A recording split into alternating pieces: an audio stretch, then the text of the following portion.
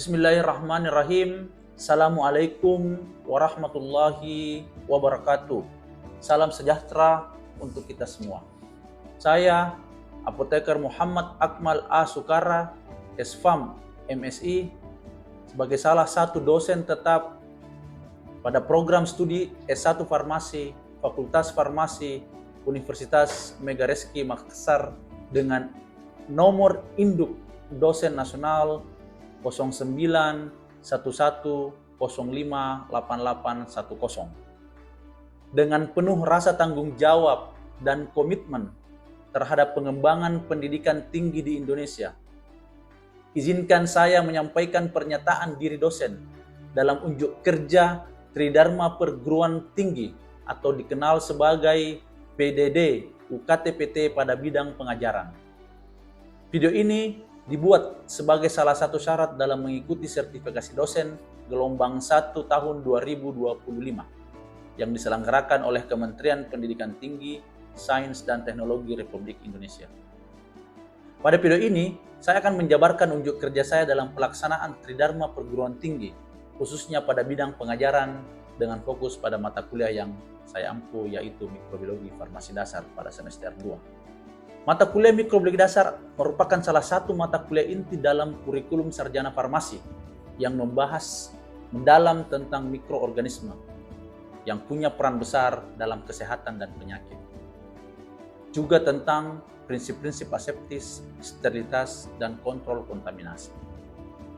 Pemahaman konsep mikrobiologi sangat penting, olehnya itu mata kuliah ini dirancang untuk mengembangkan pengetahuan konseptual, keterampilan praktis laboratorium, serta sikap ilmiah dan profesionalisme mahasiswa.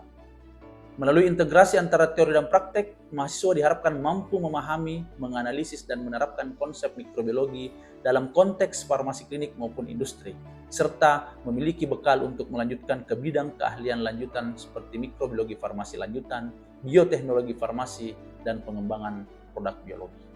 Mata kuliah ini diberikan kepada mahasiswa pada semester 2 dengan bobot 3 SKS. Adapun capaian pembelajaran pada mata kuliah ini atau CPMK dirancang untuk mendukung capaian pembelajaran lulusan atau CPL yang tertuang dalam dokumen kurikulum prodi. Adapun CPMK yang ingin dicapai antara lain, mahasiswa mampu menjelaskan konsep dan ruang lingkup mikrobiologi farmasi.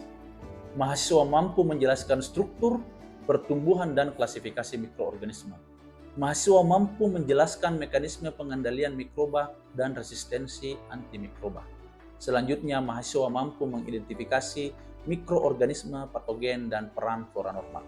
CPMK ini disusun berdasarkan pendekatan Outcome Based Education atau OBE dan dievaluasi secara berkala melalui forum, kurikulum, dan masukan dari stakeholder. Selanjutnya dari CPMK kemudian dijabarkan menjadi sub CPMK, di mana pada mata kuliah ini terdiri dari 13 sub CPMK yang kemudian dibagi dalam 14 kali pertemuan tambah ujian tengah semester dan ujian akhir semester. Untuk mencapai CPMK tersebut, saya menerapkan pendekatan pembelajaran student center learning dan berbasis pada prinsip active learning. Model pembelajaran yang digunakan antara lain blended learning, memadukan pembelajaran tatap muka dan daring melalui LMS atau Learning Management System, di mana kami menggunakan Learning Management System Edling di Universitas Megareski Makassar sebagai platform pembelajaran.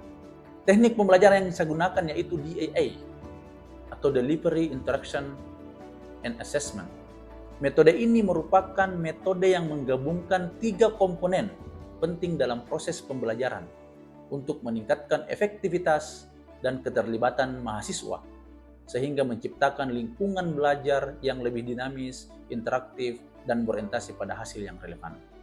Komponen yang pertama adalah delivery, di mana penyampaian materi pembelajaran kepada mahasiswa diberikan secara hybrid, baik daring maupun luring, yang dilakukan dengan berbagai metode seperti ceramah, diskusi, presentasi, ataupun video pembelajaran.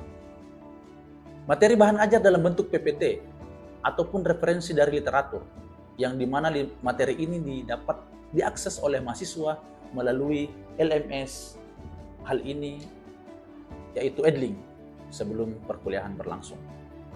Untuk mendukung kegiatan pengajaran di kelas, saya menggunakan beberapa literatur seperti buku, textbook, artikel, dan jurnal, baik itu jurnal nasional maupun jurnal internasional.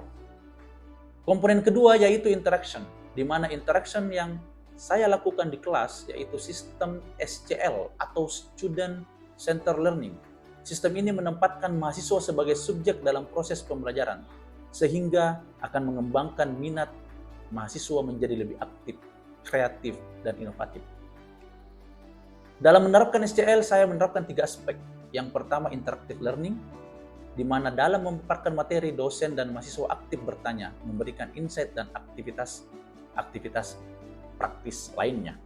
Yang kedua yaitu small group discussion atau diskusi dengan melibatkan antar kelompok mahasiswa atau mahasiswa dengan dosen. Yang ketiga adalah self-directed learning, di mana metode ini dengan cara pemberian tugas belajar kepada mahasiswa seperti tugas studi literatur, kemudian membuat ringkasannya. Metode evaluasi yang digunakan mencakup penilaian formatif dan sumatif, meliputi kuis, ujian tengah dan akhir semester, laporan tugas individu dan kelompok, penilaian sikap, partisipasi, serta keterampilan analisis melalui rubrik penilaian yang terukur dan transparan. Demikian pemaparan 3 aspek yang saya terapkan dalam proses pembelajaran yang saya lakukan yang terdiri dari delivery, interaction, dan assessment atau sering kita singkat dengan DAA. Berikut saya akan tampilkan cuplikan video proses pembelajaran yang telah saya lakukan. Selamat menyaksikan. Bismillahirrahmanirrahim. Assalamualaikum warahmatullahi wabarakatuh.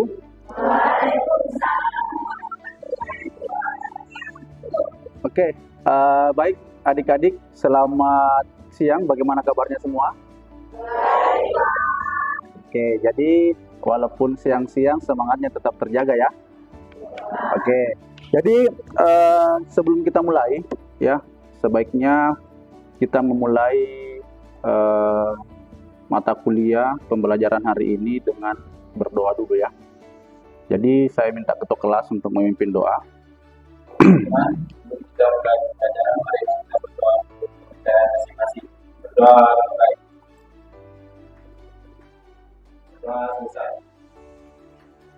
Baik, terima kasih. Jadi kita lanjut teman-teman ya untuk pertemuan kali ini. Kita sudah berada pada pertemuan ketiga ya di mata kuliah mikrobiologi.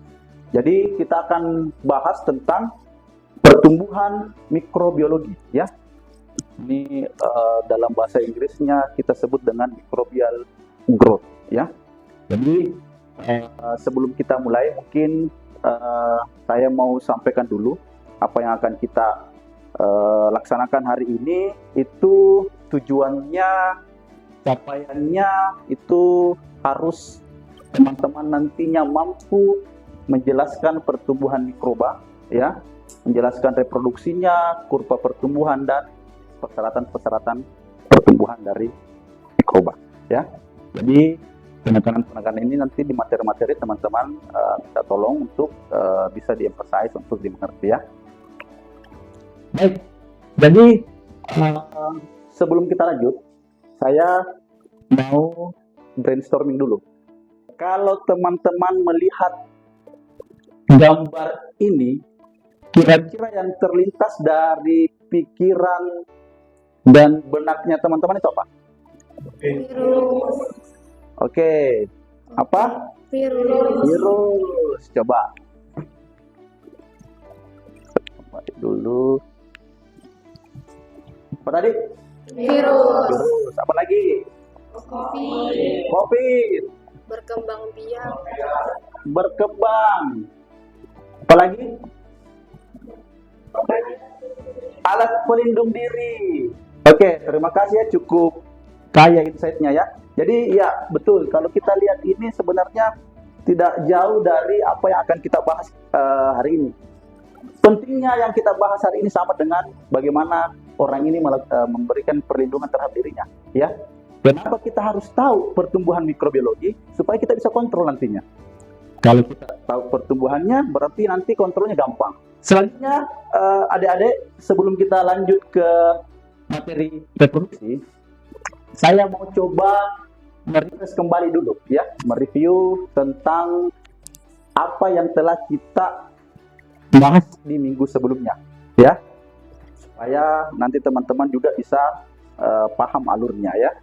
Nah, kalau kita berbicara reproduksi ya, kita mau kaitkan dengan yang lalu. Yang lalu kan kita sudah belajar tentang struktur ya, struktur bakteri. Kira-kira dari apa yang kita pelajari yang lalu di strukturnya itu, kira-kira yang berhubungan dengan ini apa? Ada yang bisa? Saya, Pak. Iya, silakan. Kemarin Bapak sempat bahas pili. Pili itu alat seksualnya untuk transfer DNA. Oke.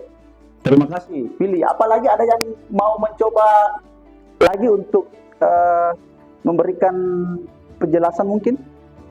Atau kaitannya dengan apa yang kita pelajari sebelumnya? Ya, silakan. Kita juga membran sel, Pak. Membran sel. Kenapa? Karena selain untuk pelindung, bisa juga dimasuki oleh DNA organisme lain. Oke, terima kasih. Jadi betul ya.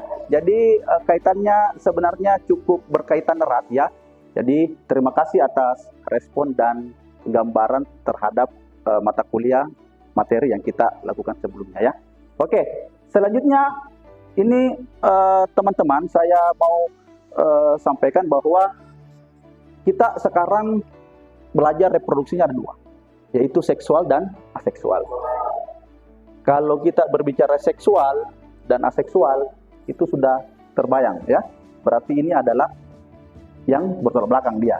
Yang satunya seksual, yang satunya aseksual. Berarti yang satu dengan melalui kegiatan-kegiatan yang langsung ataupun dengan aseksual atau vegetatif ya, seperti itu. Kita lihat di seksual itu ada 3 ya. Jadi ada transformasi, transduksi, dan konjugasi. Kita review ya. Transformasi itu masuknya DNA telanjang ke dalam sel bakteri sehingga terjadi perubahan materi genetik. Sama tadi ya, di mana dia melalui masuknya di mana? Di membran sel. Ya, seperti yang dikatakan temannya tadi, ya. Yang kedua ada namanya transduksi. Ya, transduksi ini adalah pemindahan materi genetik dari satu sel bakteri ke bakteri lainnya dengan perantara. Perantaranya apa? Namanya bakteriofag. Ini ya, teman-teman bisa lihat di sini. Bakteriofag. Jadi, bakteriofag ini adalah virus. Dia hinggap di satu bakteri, kemudian mengambil DNA, kemudian pindah ke bakteri lain, DNA-nya yang tadi hinggap lagi, akhirnya terjadi reproduksi. Ya, seperti itu. Jadi gambarannya seperti itu. Paham ya sampai di sini? Oke. Yang terakhir, yang ketiga adalah konjugasi. Konjugasi ini ya seperti tadi yang disampaikan temannya, bahwa itu ada perpindahan melalui filiseks. Ya, jadi itu adalah salah satu dari beberapa cara bagaimana bakteri bereproduksi secara seksual. Ya. Nah, ini pembelahannya. Jadi mikroorganisme, khususnya bakteri, dia membelah biner. Kalau kita berbicara biner, teman-teman sudah paham kan? Pembelahan biner, berarti itu seperti apa? Dari 2 menjadi 4, dari 4 menjadi ya, dan seterusnya ya. Itu pembelahan biner. Nah, yang penting teman-teman harus tahu bahwa ini ada satu protein yang penting yang sangat berperan dalam rangka pembelahannya dia. Yaitu apa? Ini gambarnya ya. Di sini dia. Ini. Jadi yang di tengah itu namanya FTZ. Ya. Jadi filamentous temperature sensitive. Ini protein yang khas di bakteri yang akan menjadikan nanti dia berbelah biner. Oke, selanjutnya tentang pertumbuhannya. Nah, kalau kita berbicara pertumbuhan, saya mau tanya dulu teman-teman di sini. Apakah itu terkait dengan jumlah sel atau terkait dengan bentuk sel? Kenapa bisa jumlah sel? Tambah banyak. Nah, kita juga bereproduksi tambah banyak juga, tambah besar malah. Ya, ada yang besar ke samping Pak malah ya. Nah, Oke, sepakat ya. Jadi memang kalau kita berbicara tentang mikroorganisme khususnya bakteri itu bertumbuh berkembang tidak dengan bentuk yang membesar, tetapi dengan jumlah yang banyak. Ya, tumbuh berakumulasi, akhirnya membentuk koloni. Ya, itulah yang kemudian kita bisa lihat secara kasat mata dan biasa hitung. Karena kenapa? Sudah terbentuk koloni. Ya, itu. Nah, tentunya namanya bertumbuh, namanya kita berkembang, pasti ada syaratnya, toh? Ya. Nah, kalau di bakteri cuma dua. Ada syarat fisika, ada syarat kimia. Nah, ini sudah jelas semua syarat-syaratnya saya sampaikan di slide-nya. Kira-kira ada yang bisa cocokkan yang mana yang fisika, yang mana yang kimia? Temperatur itu fisika atau kimia? Iya. pH? Kimia. Tekanan osmotik? Fisika. Ya, sinar? Karbon? Karbon, nitrogen, sulfur, fosfor, ya jelas ya. Karena itu sudah ada di tabel periodik kimia yang biasa kita baca kan. Nah, itu adalah syarat-syarat yang mempengaruhi persyaratan tumbuhnya bakteri. Kita lihat satu-satu. Temperatur, ya. Kalau kita berbicara temperatur ya cuma ada 3. Temperatur minimum, optimum, dan maksimum, ya. Jadi optimumnya bakteri tumbuh di mana? Suhu berapa? 29 sampai 40. Di suhu optimum ya, itu ternyata ada namanya klasifikasi suhu yang bakteri suka untuk tumbuh. Ada sikropil, ada mesofil, ada termofil, dan ada hipertermofil. Pernah dengar istilah-istilah pil kan? Kalau di kimia, di farmasetik itu biasa kita dengar istilah hidrofil atau hidrofobik, ya. Ada yang bisa bayangkan apa itu? Ya.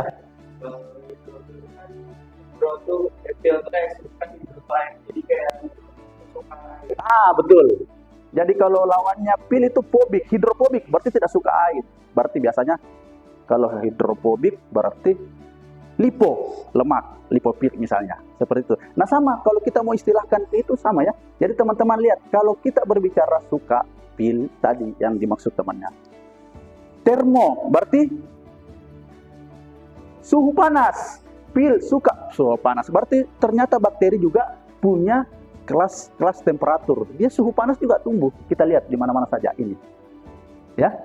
Nah, ada yang sikopil, ada yang mesofil, termofil, ini yang tadi. Jadi lihat teman-teman bahwa di temperatur 0 sampai 10 derajat ya, ada bakteri sikropil yang bisa optimum tumbuh. Inilah bakteri sikropil yang kita maksud. Contohnya apa di sini? Polaromonas vaculata. Ya. Terus selanjutnya ada yang mesofil, yang mana yang mesofil? Di suhu 10 sampai 50 ternyata di puncak yang paling bagus dia tumbuh, misalnya optimumnya di 39, itu namanya mesofil. Ya. Contohnya adalah bakteri Escherichia coli, ya. Ini contoh saja ya. Contoh gambar bahwa ternyata ini gambar apa ini? Ada yang bisa lihat? Gambar apa ini? Alaska ini. Tapi ternyata di gambar ini ada tuh pertumbuhan bakteri. Berarti nyata bahwa di suhu dingin pun ternyata bakteri bisa. Ya, ini contoh-contoh. Nah, selanjutnya ada faktor namanya pH. Jadi kimia sudah jelas. pH itu yang mana? Kalau bukan asam, basa atau netral, ya, seperti itu. Nah, namanya asidi, alkali atau netral. Ini jelas ya, teman-teman akan saya tunjukkan secara gamblang melalui grafik ini bahwa ada bakteri yang bisa tumbuh. Ini ya, di pH di atas 5 dan bahkan di bawah 5. Ya. Jadi kalau yang netral misalnya Escherichia coli 7 optimumnya. Ini gambar pH-nya supaya teman-teman bisa bayangkan bahwa di tengah itu netral ya. Yang di atas itu acid ya. Ada yang acidofil. Jelas lagi kita acidofil. Berarti teman-teman sudah paham. Acidofil berarti dia memang sukanya di yang asam. Ya, seperti itu. Selanjutnya, ini pH. Berarti selanjutnya kita ke faktor yang lain, namanya tekanan osmosis. Kalau kita berbicara tekanan osmotik, berarti ini kaitannya dengan aktivitas air. Ya, nah, karena kan bukan cuma kita yang butuh banyak air. Konsistensinya tubuh bakteri juga banyak airnya dong. Nah, lingkungan juga begitu dipengaruhi dengan air-airnya. Nah, untuk tekanan osmotik itu sangat dipengaruhi oleh kandungan yang ada dalam air. Contoh, air garam, apa kandungannya? Garam kan? Air gula kandungannya gula. Nah, semakin banyak zat yang larut dalam air itu, maka tekanan osmotiknya semakin tinggi. Ya, semakin tinggi. Nah, oleh karena itu kenapa ini mempengaruhi? Karena misalnya air garam itu tekanan osmotiknya secara logika tinggi kan? Karena banyak zat garam yang terlarut. Ya. Kemudian ada bakteri masuk ke air garam. Bisa mati tidak dia? Bisa, karena kenapa? Tekanannya lebih tinggi di luar selnya. Akhirnya apa? Menarik semua cairan yang ada dalam tubuh bakterinya, sehingga lisis, matilah dia. Paham ya? Seperti itu. Jadi ada tekanan osmotik yang bekerja, itu sangat mempengaruhi pertumbuhannya dia. Nah, oksigen. Nah, teman-teman, kalau kita kebutuhan oksigen, ternyata kita kan sangat tergantung ya. Tidak ada yang butuh oksigen sedikit, banyak. Tidak ya, beda dengan bakteri. Kita pokoknya butuh oksigen. Nah, bakteri tidak berbeda. Ternyata dia ada hubungannya dengan kebutuhan oksigennya. Teman-teman bisa lihat bahwa ada namanya aerob dan ada anaerob. Aerob itu yang memang ada butuh oksigen, ya. Butuh oksigen, ya. Oke. Nah, yang mana itu ada namanya aerob obligat. Itu sudah jelas membutuhkan oksigen. Di tabel ini itu required, berarti harus ada oksigen, ya. Nah, ada namanya aerob fakultatif, ya. Ya, tidak membutuhkan oksigen sebenarnya, tetapi kan tumbuh lebih bagus ketika ada oksigen. Kita lihat ya, teman-teman bisa baca. Ada namanya anaerob. Anaerob itu berarti dia tidak butuh oksigen, ya. Kemudian faktor selanjutnya yang mempengaruhi adalah sinar. Sinar. Kalau sinar ini kaitannya dengan UV ya, ultraviolet. Jadi kalau misalnya kita mau lihat UV itu ada ukurannya. Ini berdasarkan dengan panjang gelombangnya UV ya. Jadi ada UVC, UVB, UVA. Nah, yang bersifat bakterisidal adalah yang panjang gelombangnya 200 sampai 250 nanometer. Itu namanya UVC ya. Setelah itu yang UVB itu untuk tani. Kalau misalnya mau teman-teman kulitnya eksotik, agak lebih manis, ya silahkan di UV antara 250 nanometer ke atas ya. Nah, untuk syarat-syarat kimia teman-teman bisa lihat sendiri ya. Jadi yang warna kuning itu adalah yang esensial ya, yang sangat dibutuhkan oleh bakteri. Persentasenya teman-teman bisa lihat ya. Oke, kita lanjut untuk kurva pertumbuhan ya. Nah, kurva pertumbuhannya ini ya. Jadi kurva pertumbuhan itu jelas sekali ada fase lag, kemudian ada log, ada stationary dan ada depth ya. Lihat ya. Nah, fase lag dia mulai mensintesis, makanya tadi masih ya hijau warnanya digambarkan sebagai sel yang masih hidup ya. Nah, kemudian di fase log dia sudah bertumbuh secara eksponensial.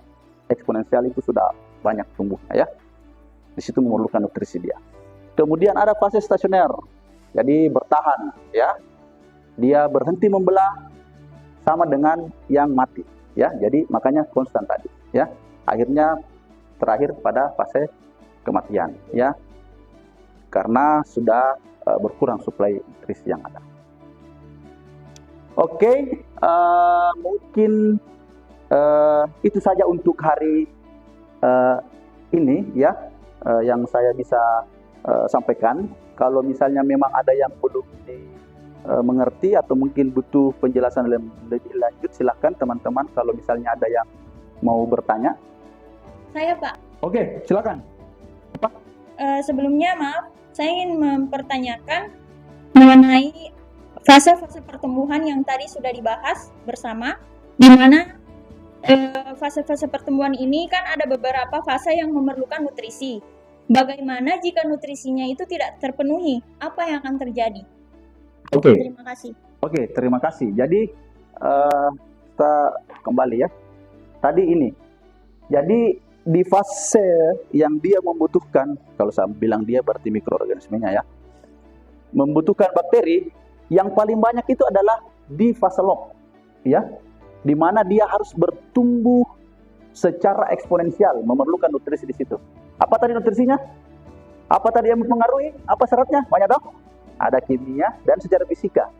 Ya, jadi ketika ada salah satu syarat yang tidak bisa secara optimum membantu pertumbuhannya, makanya dia akan cepat kepada fase kematian. Ya, tapi ingat ya, bakteri itu punya jiwa pertahanan yang bagus. Dia bisa beradaptasi. Beradaptasi dengan panas, tadi kita sudah jelas. Ada yang termofil. Beradaptasi dengan asam yang tinggi, asidofil. Ya, jadi tidak segampang itu karena bakteri memang punya situasi untuk beradaptasi. Ya, jadi memang ketika nutrisi kurang, misalnya dia bisa menidurkan dirinya atau dia fase dorman. Nanti kalau lingkungan mendukung, baru kemudian hidup kembali. Seperti itu, ya. Jadi memang nutrisi diperlukan secara esensial, tetapi beberapa faktor seperti yang kita jelaskan tadi juga merupakan syarat-syarat yang perlu kita ketahui. Ya, itu ada beberapa hal yang mesti teman-teman tahu. Ingat bahwa ada fase di mana bakteri itu bisa beradaptasi. Ya, paham ya? Oke, terima kasih atas pertanyaannya, teman-teman sekalian. Jadi saya rasa cukup hari ini ya untuk memberikan feedback pada pertemuan kita kali ini. Saya ingin mengevaluasi. Untuk evaluasinya itu ambil HP-nya ya. Saya minta ambil HP-nya. Kemudian akses Kahoot di HP-nya masing-masing ya. Terus setelah diakses sudah, masukkan PIN 324783. 324783 ya. Di situ nanti ada soal untuk pertemuan kita hari ini untuk memastikan bahwa apa yang kita sampaikan bisa dimengerti dengan baik ya. Jangan lupa untuk absen dulu sebelum meninggalkan ruangan. Silakan untuk scan barcode-nya supaya kehadirannya otomatis terrekor di Edlink-nya kita ya, di Siagatnya kita. Terima kasih. Kita akhiri pertemuan kita pada hari ini. Semoga apa yang disampaikan bisa bermanfaat buat kita semua ya. Mohon maaf jika ada salah kata. Wabillahi taufiq wal hidayah. Assalamualaikum warahmatullahi wabarakatuh. Demikianlah pemaparan pernyataan diri dosen dalam unjuk kerja Tridharma Perguruan Tinggi atau PDD UKT-PT, khususnya dalam bidang pengajaran, untuk memenuhi syarat sertifikasi dosen gelombang 1 tahun 2025. Semoga video ini memberikan gambaran nyata atas komitmen saya dalam menjalankan tugas Tridharma sebagai seorang dosen. Terima kasih. Assalamualaikum warahmatullahi wabarakatuh.